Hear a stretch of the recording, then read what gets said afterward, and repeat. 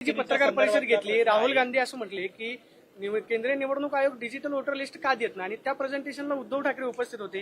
ते सगळं slide show बघत होते की राहुल गांधी सांगतात की महाराष्ट्रामध्ये कसं मतांची चोरी झालेली आहे, मतांचा घोटाळा.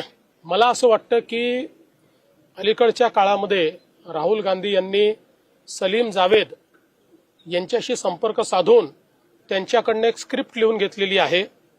अतिशय मनोरंजनात्मक अशा प्रकारची स्क्रिप्ट आहे. ती सगळीकडे ते मांडताहेत.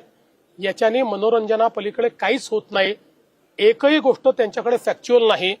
सगळ्या गोष्टी कपोकल्पित त्या ठिकाणी ते मांडताहेत.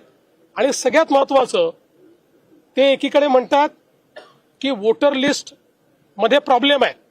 आम्हालाही मान्य आहे, आम्ही तर इतके वर्ष झाले सांगतोय. आमची मागणी होती की कॉम्प्रिहेन्सिव्ह रिव्हिजन करा. आता इलेक्शन कमिशन म्हणते आम्ही कॉम्प्रिहेन्सिव्ह रिव्हिजन करायला तयार आहोत, आणि बिहारमध्ये त्यांनी सुरू केलं तर राहुल गांधी म्हणतात कॉम्प्रिहेन्सिव्ह रिव्हिजन करू नका. मग त्यांना नेमकं हवं काय आहे?